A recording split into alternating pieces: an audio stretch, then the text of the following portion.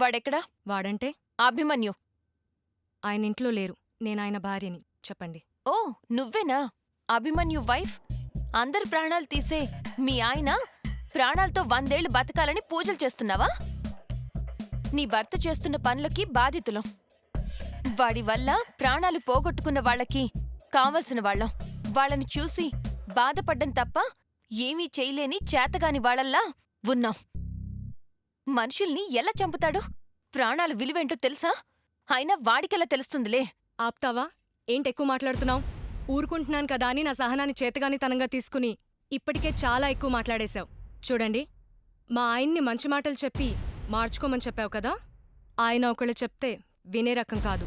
ఎందుకంటే ఆయన ఏ పని మొదలుపెట్టినా ఆగిపోవడం ఉండదు, అయిపోవడం మాత్రమే ఉంటుంది. ఆయన చేసే పనుల వల్ల నాకేమైనా అవుతుందన్న భయంతో ఏం చేసినా చాలా లిమిట్గా చేస్తున్నారు. లేకపోతేనా పాపం చాలా దూరం నుంచి వచ్చినట్టున్నారు. మజ్జిగ తీసుకుంటారా? రా అర్జున్.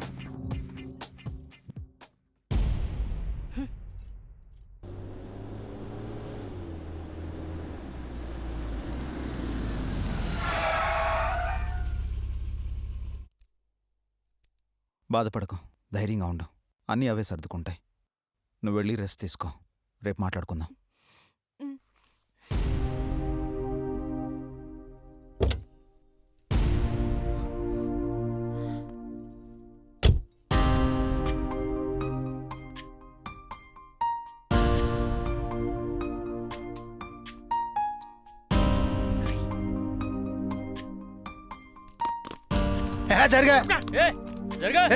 ఎవర్రా మా వాళ్ళు లోపడేస్తే?